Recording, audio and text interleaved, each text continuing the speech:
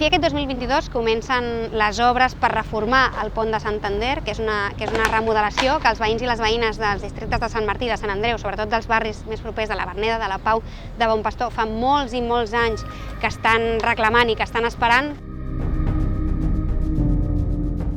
Després de molts anys d'estar a l'agenda dels diferents governs, és en aquest mandat que hem donat un pas absolutament decisiu en l'execució d'un dels grans projectes, un dels projectes més esperats, el pont de Santander en concret, però també tot el que és l'entorn, des de Can Oliva fins a Verge de Montserrat, estan veient un canvi, una transformació que farà de nou ser un dels carrers més oberts, més amplis i també més dignes d'aquesta ciutat. Aquesta actuació que ens permetrà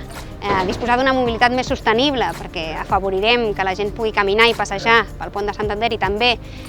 per afavorir l'ús de la bicicleta, està cofinançada pels fons FEDER i forma part de l'EDUSI Eix Besòs, que no deixa de ser un programa que el que busca, entre altres coses, és millorar la qualitat de l'espai urbà dels barris de l'Eix Besòs que tradicionalment durant molts anys han estat oblidats per part de les administracions.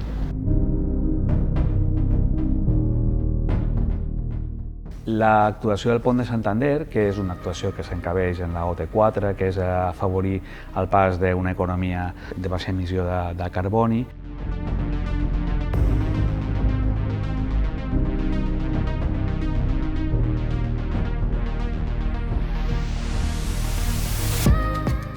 Amb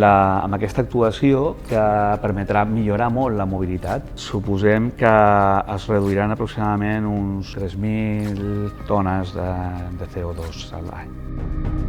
La superfície de l'equipament són aproximadament uns 22.000 metres quadrats i la població que preveiem que beneficiarà són uns 28.000 habitants, 28.700. El cost de les obres serà d'uns 3 milions d'euros aproximadament, dels quals 1,5 milions, el 50% vindran cofinançats pel fons FEDER.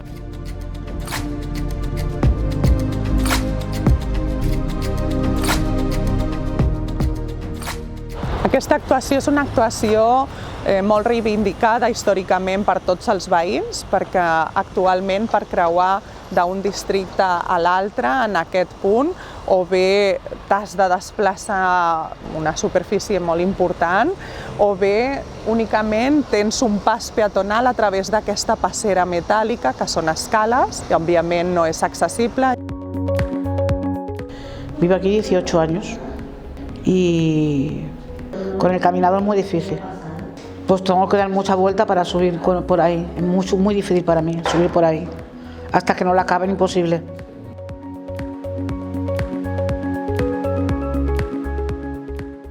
Aquest àmbit, a més, és un àmbit de convivència entre el teixit més residencial i el teixit industrial. És per això que veiem que passen vehicles de gran tonatge habitualment i és una de les situacions que dissuadeix a les bicicletes actualment a poder compartir aquesta calçada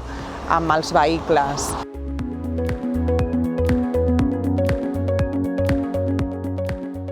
Estem en un moment on la població passa a viure del món de la fàbrica, de la indústria, deixant enrere el sector primari, on s'havia treballat molt l'agricultura i, per tant, socialment i el context econòmic i del dia a dia de les persones ha canviat.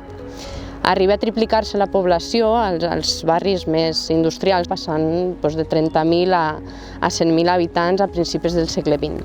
Això dona marc, junt amb la construcció de la nova línia de ferrocarril que havia de connectar Barcelona amb la Catalunya Nord per poder fer el trasllat de mercaderies, doncs ens deixa un barri dividit on els treballadors no els és fàcil arribar cada dia a la fàbrica. I això és una mica el marc històric que dona el context a la construcció, a la necessitat de construir un pont que connecti els dos barris.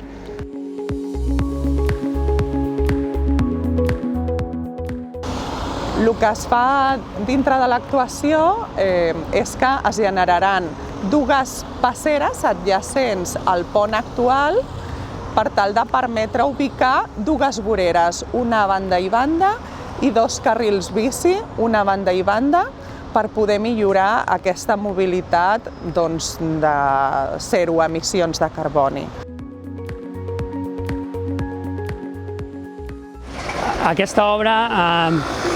té les problemàtiques típiques de qualsevol obra de ciutat, o sigui, cal vetllar aspectes com el trànsit, tenim afectacions a veïns, temes de sorolls, però a part té la particularitat que té procediments constructius complexes que no són habituals a la ciutat, com són la construcció d'una passera, la construcció d'unes pantalles amb micropilots, i llavors la combinació d'aquests dos factors la fa d'una obra singular. I s'aprofita l'actuació per reurbanitzar tot l'àmbit fins a l'arribada amb aquestes noves voreres i carrils bici, millorant també tot el tema del verd urbà. Es plantaran aproximadament uns 50 nous arbres d'alineació i s'aprofita l'actuació també per millorar tots els serveis existents de l'àmbit. Pues ahora que he visto las fotos de cómo van a quedar, estoy muy contenta y tengo ganas de que esté acabado para poder circular por ahí con mi caminador.